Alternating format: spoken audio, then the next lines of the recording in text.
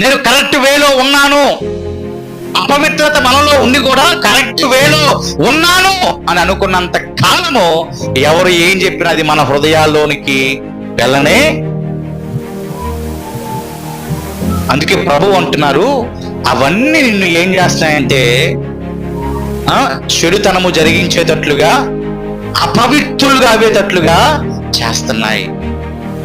ఆ మూర్ఖత్వము నిన్ను అపవిత్రులుగా చేస్తుంది. తర్వాత భక్తిలో కింద పడిపోతున్నాం, ఆత్మీయ స్థితిలో మనం అంతా కూడా ఏమైపోతామంటే కింద పడిపోతూ ఉంటున్నాం పుల్లారా.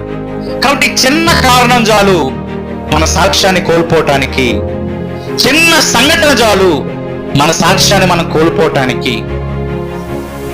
చాలా మంది మనుషులు కూడా ఏ విధమైనటువంటి ఆలోచనతో ఉండిపోతారంటే పుల్లారా, వారికి ఏమి చెప్పినా నమ్మరు. ఇంకా ఏమి చెప్పినా కానీ అనుమానంతో వారు ఉండిపోతా ఉంటారు.